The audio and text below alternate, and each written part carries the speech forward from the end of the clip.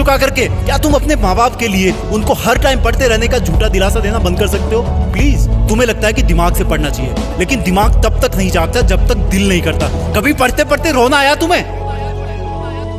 कभी पढ़ते हुए आंखों के नीचे रखा पेज गिरने वाले आंसू की वजह से खराब हुआ है? कभी इमोशनल होने के बाद सिर्फ ये ख्याल आया कि मुझे अब दुनिया से कोई मतलब नहीं है और बस मुझे पढ़ाई करना है?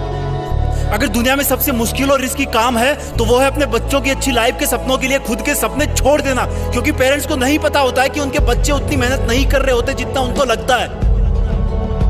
और अगर उनको लगता भी है ना तो वो इसलिए ज्यादा नहीं डांटते कि कहीं बच्चे हमारी स्ट्रेस में ना चले जाए डांटने के बाद। इससे भी ज्यादा मुश्किल काम है बच्चे के सपनों को मजदूरी करके पूरी करना, खेती करके पूरी करना। लेकिन फिर भी हमारे माँ बाप खुशी खुशी वो सब काम करते हैं जो वो नहीं चाहते कि हम सपने में भी करें। क्योंकि जब मैं अपनी मासूम सी भोली सी शक्ल लेके उनके सामने जाऊंगा और बोलूंगा कि पापा थोड़े पैसे चाहिए, किताबें लानी है, तब उस वक्त वो बिल्कुल नहीं चाहेंगे कि मुझे उनकी बेबस आंखों की तरफ देखने का एक सेकंड भी मौका मिले, क्योंकि उनकी आंखों में बहुत कुछ देखा है, बहुत कुछ देखा है। और वो बिल्कुल भी नहीं चाहते कि उनकी आंखों में हम वो सब देख पाए उनकी तरह। काश कि इतना विश्वास तुम्हें अपने इरादों पर भी होता जितना विश्वास वो तुम पर करते हैं। आज मैं अपने पापा को खेत में पीने का पानी पकड़ाने गया। वो सुबह से खेत में काम पर लगे हुए थे।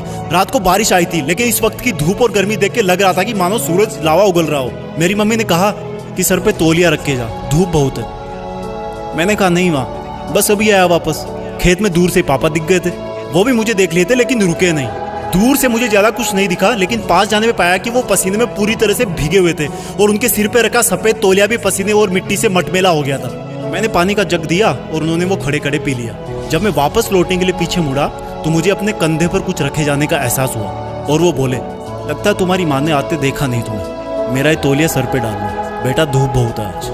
थैंक गॉड मैं उनकी बात सुनने से पहले ही मुड़ चुका था, नहीं तो मेरी आंखें इस एहसान को उठा नहीं पाती। पापा ने मुझको तौलिया नहीं, एक बहुत बड़ी सीख दी थी कि जिस काम को वो कर रहे हैं वो कभी नहीं चाहते कि वो काम मैं भी करूं। और मैंने अपने आप को चेतावनी दी कि मैं कर क्या रहा हूं, 10 किताबों को सामने रख के मेहनत करने का ढोंग रचा करके। तुम्हारे दिमाग में जो लड़के लड़की वाला घुटरगु चलता रहता ना हर टाइम, ये सब उम्र का खेल है। हर कोई पैदा होता है, बड़ा होता है और फिर बूढ़ा होकर मर जाता है, लेकिन फिर भी पूरी उम्र उसको यही लगता है कि मैं तो हमेशा ही जिंदा रहूंगा और बस इस धरती के लग्जरी और सुखों में लग जाता है। और एक्सक्यूज सुनो, फिर एंटरटेन भी तो जरूरी है, मूवी भी ना देखूं क्या? अबे गधे, अपने सामने के रियल लाइफ कैरेक्टर्स को तो तू देख नहीं पा रहा जो तेरी खुशी के लिए दिन रात मेहनत करते हैं, एक सेकंड भी नहीं रुकते। तेरे माँ बाप की बात कर रहा हूँ और तुझे मूवी देख के मोटिवेशन मिलता है? असली मोटिवेशन ना बेटा खुद की तकलीफ और दर्द से आता है, खुद के आंसुओं से आता है। जब दिल में एक जलन होती है, बहुत बड़ा पागलपन होता है, एक जिद होती है कि साला मरते दम तक भी मेहनत करना नहीं छोड़ूंगा। कंपटीशन बहुत है आज के टाइम में।